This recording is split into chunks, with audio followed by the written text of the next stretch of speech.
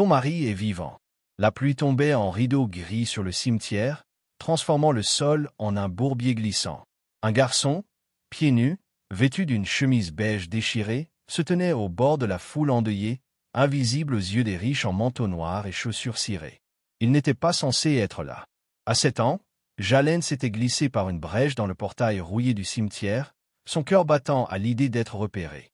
Il n'appartenait pas à ce monde d'élégance et de deuil orchestré, mais ses yeux, grands et méfiants, étaient fixés sur une femme solitaire devant une tombe. Margaret Albert, grande, élégante, drapée dans un tailleur noir impeccablement coupé, semblait sculptée dans le chagrin. Sa main gantée reposait sur une dalle de marbre lisse, où un portrait encadré de son défunt mari, Richard Albert, fixait le vide avec un sourire figé, presque moqueur. Mais Jalen savait quelque chose que personne d'autre ne savait. Richard Albert, magnate de l'immobilier, n'était pas mort dans l'accident d'avion que le monde pleurait. Le garçon l'avait vu, 3 jours plus tôt, à l'aéroport privé de la ville. Blessé, saignant, traîné de force dans une voiture noire par 2 hommes en costume sombre. Le garde en uniforme, posté près du tarmac, avait détourné le regard, un billet glissé discrètement dans sa poche. Jalen n'avait pas voulu être témoin de ça. Il était là par nécessité, fouillant les poubelles de l'aéroport à la recherche de restes. Ce matin-là, il avait trouvé un sandwich à moitié mangé, encore enveloppé dans du papier sulfurisé. Accroupi derrière une benne rouillée, il avait assisté à la scène comme à un cauchemar. Un homme en manteau sombre était sorti en titubant de l'entrée VIP, une main pressée contre ses côtes, du sang s'échappant entre ses doigts. C'était Richard Albert, reconnaissable malgré la pâleur de son visage. Jalen l'avait déjà vu, sur des affiches publicitaires vantant les tours de verre de Albert Enterprises.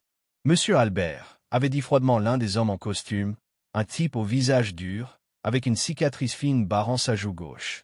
Il est temps. Non, avait haleté Richard, sa voix brisée par la douleur. Ma femme, dites-lui que je l'aime. Qu'elle ne doit pas. Il n'avait pas fini sa phrase. Un autre homme, plus large, avec des lunettes à monture métallique, l'avait poussé à l'arrière d'une berline noire sans plaque d'immatriculation. La portière avait claqué comme un couperet. Puis, un murmure glacial entre les 2 hommes. Assurez-vous que le corps ne soit jamais retrouvé. Elle doit le croire mort. Jalen, figé derrière la benne, avait senti son cœur s'arrêter. Il avait voulu courir, crier, mais la peur l'avait cloué sur place. Ce n'est qu'au jour des funérailles, errant près du cimetière pour échapper à la faim, qu'il avait reconnu le visage de Richard sur la photo posée sur la tombe. Et il l'avait vu, Margaret, immobile comme une statue de marbre, ses yeux rougis par des nuits sans sommeil. Quelque chose en lui s'était tordu. Il ne pouvait pas garder ce secret. Pas après avoir vu son chagrin. Avec hésitation, il s'était avancé, sa petite main tendue pour effleurer le dos de son manteau. La pluie collait ses cheveux emmêlés à son front, et ses pieds nus laissaient des empreintes boueuses sur le gravier. Margaret s'était retournée, surprise. Son regard, d'abord dur, s'était adouci en croisant les yeux de l'enfant. « D'où viens-tu » demanda-t-elle, sa voix tremblante, comme si elle craignait de briser le silence du cimetière. Jalen déglutit, l'eau goûtant de ses manches trop grandes. « Ton mari est vivant » murmura-t-il, sa voix basse mais ferme, portée par une certitude qu'il ne comprenait pas lui-même. Le cœur de Margaret s'arrêta. « Qu'est-ce que tu viens de dire » Il s'approcha, jetant un regard nerveux autour de lui, comme s'il craignait que les ombres des tombes ne l'entendent. « Je les ai vus l'emmener à l'aéroport. Il était blessé. Ce n'était pas un accident. Le garde a été payé pour se taire. » Elle cligna des yeux, abasourdie. « De quoi parles-tu? Sais-tu qui c'est » Jalen hocha la tête, ses lèvres pincées. « C'est l'homme de la photo. Ils l'ont poussé dans une voiture noire.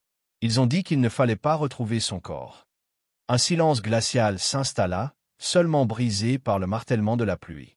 Margaret sentit un frisson lui parcourir l'échine, pas à cause du froid, mais d'une vérité qu'elle n'osait pas encore affronter. « Il disait que c'était son avion, » murmura-t-elle, plus pour elle-même que pour le garçon. « Ils ont menti, » répondit-il, ses yeux sombres plantés dans les siens.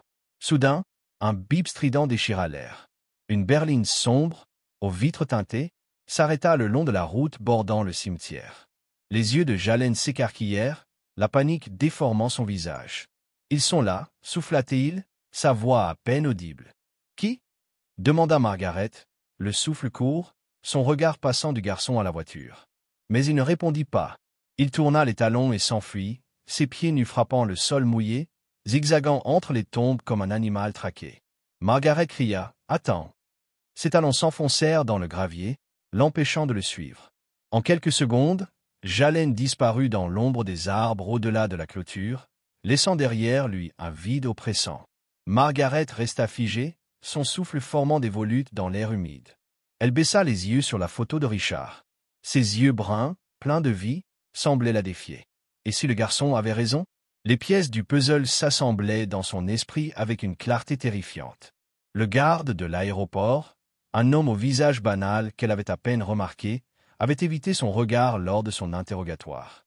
La compagnie aérienne avait clos l'enquête en un temps record, déclarant Richard mort sans preuve tangible. Le conseil d'administration de Albert Enterprises, dirigé par l'ambitieux Victor Crane, avait exécuté le testament de Richard avec une efficacité suspecte, transférant ses parts à des investisseurs anonymes. Tout s'était passé trop vite, comme un engrenage bien huilé. Dans sa voiture, garée à l'écart, Margaret ouvrit son sac à main d'une main tremblante et en sortit le rapport d'enquête, un document qu'elle avait lu 100 fois. Page 3, l'aéroport, l'heure du départ, une note laconique sur le garde de service, un certain Michael Torrance. Image de sécurité indisponible. Aucun témoin connu. Ces mots la hantaient. Aucun témoin connu, sauf un enfant sans nom, sans foyer, qui avait vu ce que personne d'autre n'avait vu. Margaret ne croyait pas aux fantômes, mais elle commençait à douter que Richard en soit un. Et si son mari était vivant, quelqu'un avait orchestré une machination pour la convaincre du contraire, et pour s'emparer de l'empire qu'il avait bâti. Seule dans le bureau de Richard, Margaret fixait le rapport, le feu crépitant dans la cheminée en marbre. Les flammes projetaient des ombres dansantes sur les murs tapissés de livres où Richard avait passé tant de nuits à travailler. Les mots du rapport restaient inchangés, crash confirmé. Aucun survivant. Corps non retrouvé. Pourtant, la voix de Jalen, tremblante mais certaine, résonnait dans son esprit. Je les ai vus l'emmener. Le garde a laissé faire. Qui était cet enfant, et comment un garçon si frêle pouvait-il porter un secret aussi écrasant? Elle ferma les yeux, se remémorant les derniers mois. Richard avait été nerveux, inhabituellement préoccupé. Il avait mentionné des irrégularités dans les comptes de l'entreprise, des projets immobiliers à l'étranger qui servaient de façade à des transactions douteuses. « Je vais tout révéler, Margaret », avait-il dit, une semaine avant l'accident, son regard brûlant d'une détermination qu'elle ne lui connaissait pas. Elle n'avait pas pris ses paroles au sérieux. Richard était un visionnaire, pas un détective. Mais maintenant, elle se demandait si cette détermination n'avait pas signé son arrêt de mort. Au matin, Margaret prit une décision. Elle partit seule pour la petite ville près de l'aéroport, un labyrinthe de ruelles boueuses et de marchés bruyants que les gens comme elle évitaient. Ses chauffeurs proposèrent de l'accompagner, mais elle refusa. Elle voulait être invisible, comme Jalen. Pendant des heures, elle marcha, montrant un croquis du garçon qu'elle avait griffonné sur un carnet, c'est très gravé dans sa mémoire. Les passants secouaient la tête, certains riaient. Un gamin des rues, ils se ressemblent tous, lança un vendeur de fruits. Mais un vieux commerçant, aux mains noueuses et au regard perçant, plissa les yeux devant le dessin. Vous parlez de Jalen, le gamin pieds nus? Il traîne derrière la boulangerie de la 4e rue. Il fouille les poubelles, mais il ne vole jamais. Margaret s'y précipita, l'odeur du pain chaud se mêlant à celle de la pluie. Dans une ruelle étroite, elle le trouva, accroupi près d'une poubelle, triant des restes avec une minutie presque rituelle. La même chemise déchirée, les mêmes yeux méfiants, comme ceux d'un animal prêt à fuir. Il leva la tête à son approche, son corps se crispant. « J'ai pas d'ennui, hein ?» murmura-t-il, serrant un morceau de pain rassis contre sa poitrine. Margaret s'agenouilla, ignorant la boue qui tachait son manteau en cachemire. « Tu n'as pas d'ennui, Jalen. Tu es la seule personne à m'avoir dit la vérité. » Il baissa les yeux, triturant le pain entre ses doigts. Puis il désigna un coin de la ruelle, où des vignes sauvages grimpaient sur une clôture délabrée. « J'habite là-bas, dans une cabane. Personne me dérange. Peux-tu me raconter tout ce que tu as vu, depuis le début ?» demanda-t-elle, sa voix douce mais pressante. Jalen hésita, ses yeux scrutant les ombres de la ruelle. « Je cherchais à manger ce jour-là, derrière l'aéroport. J'ai entendu des cris, alors je me suis caché derrière la benne. Puis j'ai vu 2 hommes en costume qui soutenaient quelqu'un. Ils saignaient, Là, dit-il, pointant ses côtes. L'un d'eux l'a appelé Monsieur Albert. Le garde, il a dit, j'ai rien vu, mais ils lui ont donné de l'argent. J'ai vu le billet passer. Puis la voiture noire est partie par la route forestière, derrière les hangars. Sans plaque. Je l'ai plus revu. Pourquoi n'as-tu rien dit à personne? Demanda Margaret, son cœur battant. Personne m'écoute, répondit-il, haussant les épaules. Les gens comme moi, on n'existe pas pour les gens comme vous. Mais je t'ai vu pleurer au cimetière. J'ai pensé que t'écouterais peut-être. Margaret sentit une larme couler et l'essuya d'un revers de manche. Tu as bien fait, Jalen. Tu es peut-être la seule raison pour laquelle il rentrera à la maison. Elle n'attendit pas.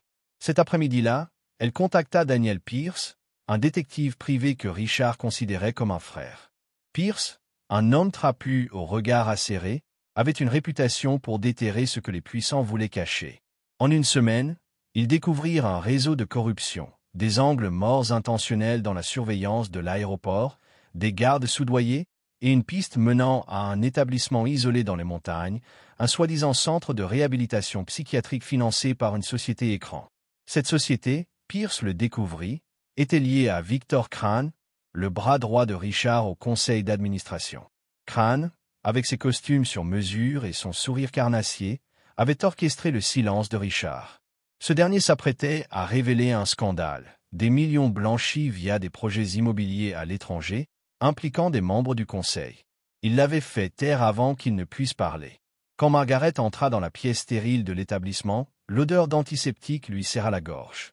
Richard était là, allongé sur un lit étroit, pâle, les yeux fermés, relié à une perfusion. « Richard, c'est moi, murmura-t-elle, sa voix tremblante. Ses yeux s'ouvrirent brusquement, injectés de sang mais vivants. « Margaret, souffla-t-il, sa voix rauque, brisée par des semaines de sédation. Des larmes roulèrent sur ses joues. Ils m'ont dit que je ne te reverrai jamais. Ils ont dit que j'étais faux. Margaret serra sa main, ses ongles s'enfonçant dans sa paume. Je t'ai cru mort. J'ai cru t'avoir enterré. Tu as failli, murmura-t-il. Sans ce garçon. La vérité éclata comme une tempête. Arrestation en cascade, démission en série, gros titre dans le monde entier. Victor Crane et ses complices furent arrêtés, leur compte offshore exposé. Mais lors de la conférence de presse, 2 semaines plus tard, ce ne fut ni le scandale ni la chute de l'Empire qui captiva le monde. Ce fut Jalen. Margaret s'avança, tenant la main du garçon, désormais propre, vêtu d'un costume bleu marine et de chaussures neuves qui semblaient encore lui peser. Les flashs des caméras crépitèrent, éblouissants. « Cet enfant a sauvé la vie de mon mari », déclara Margaret, sa voix claire et ferme, résonnant dans la salle bondée. Il a vu ce que personne d'autre n'a vu. Il a parlé quand personne d'autre n'a osé. Richard, encore faible mais debout, s'avança à ses côtés. Sans Jalen, je serais toujours enfermé, drogué, oublié. Il n'a rien demandé. Pas d'argent, pas de gloire. Juste la vérité. Jalen baissa les yeux, intimidé par le tumulte. Margaret posa une main sur son épaule, et il releva la tête, croisant son regard. Il n'a pas de famille, pas de maison, poursuivit-elle. Mais à partir d'aujourd'hui, il a les deux. Richard s'agenouilla devant le garçon, ignorant les caméras. Nous t'adoptons, Jalen. Tu es notre fils, maintenant. Les applaudissements éclatèrent, un grondement qui sembla ébranler les murs. Ce soir-là, dans le jardin du domaine des Albert, sous un ciel étoilé que Richard pensait ne jamais revoir, Jalen s'assit entre eux sur une balancelle en bois.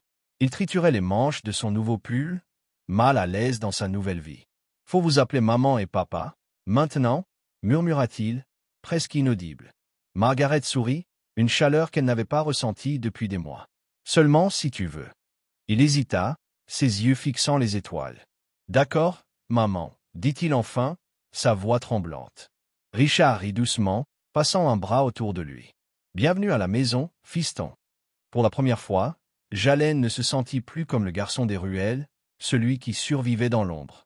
Il était celui qui avait tout changé. Si vous avez aimé cette histoire, n'oubliez pas de mettre un j'aime et de vous abonner pour découvrir d'autres histoires émouvantes, dramatiques et inattendues. Dites-nous dans les commentaires, d'où vous regardez la série. Nous sommes ravis de vous lire. À la prochaine, restez gentils, curieux et continuez à regarder.